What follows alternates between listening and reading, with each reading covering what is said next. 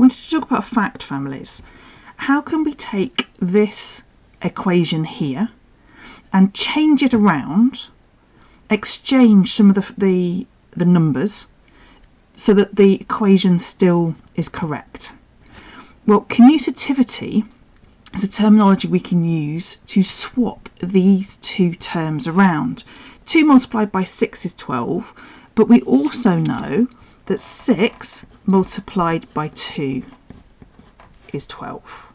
And one way that we can show this is counters. So if I have an array of counters, I've got it 2 wide, and if I put these here,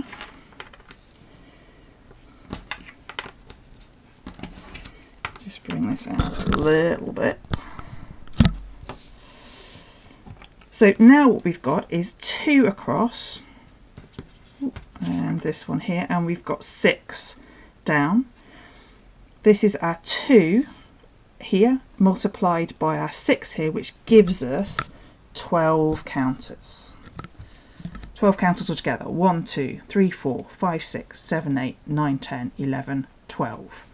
We can also see it, rather than we're multiplying it by 2, rather than we've got 2 across the top, we could now do it so that we have 6 across the top, and we have 2 rows. 6 columns, 2 rows, and we still have 12. This is called an array, and we can also use it to describe the fact that if we took 12 and we divided it into 2, 12 divided by 2 equals 6. How do we make that work? Well, if we've got our 12 here and we divide it into 2 equal sections, so there's exactly the same number on the left and the right, then we have groups of 6. 2 into 2 groups. 2 divided by 2 gives us 6. If we had 12 sweets and we were dividing them amongst 2 children, each child would have 6 sweets. And the same holds if we took 12 sweets and we divided it by 6 children. So now we've got 6. So this is just 2. But what's happened if we had 6 children? 1, 2, 3, 4, 5, and 6. If you've got 6 children now, well, each child would have 1. And how many have we got left over? Well, each child will now have 2. And that gives us our 6. So we've got, that gives us our 12 altogether. 1, 2, 3, 4, 5, 6, 7, 8, 9, 10, 11 and 12. This is what we call a fact family. We've got 2 multiplied by 6 equals 12. 6 multiplied by 2 is 12. 12 divided by 2 is 6. 12 divided by 6 is 2. This here is our fact family. Now if you were looking for that for a different set of equations, different fact family, what have we got? Well, if we had 2, in fact let's make it 3. 3 multiplied by 4 equals 12. We can swap these two around. 4 multiplied by 3 equals 12.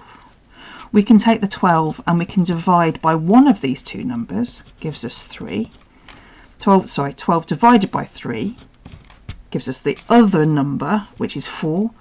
12 divided by 4 equals 3.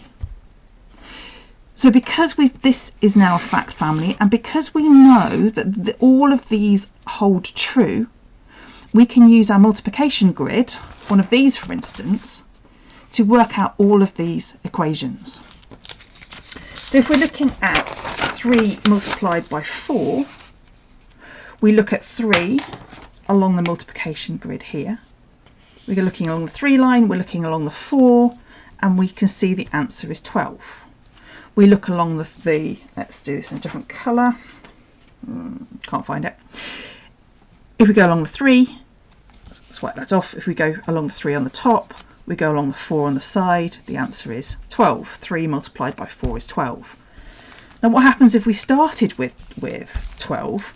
Now there are a number of different 12s on here. There's a 12 down here, a 12 down here, 12 down here, 12 here. Well, how do we know which one we need to use? Well, we're looking at the 3. So we look at the 3 at the top. We trace down 3 to the 12, and then we go across, so the answer is 4. If we want to do 12 divided by 4, we look down the 4, we find the 12, and then we look across to get the 3.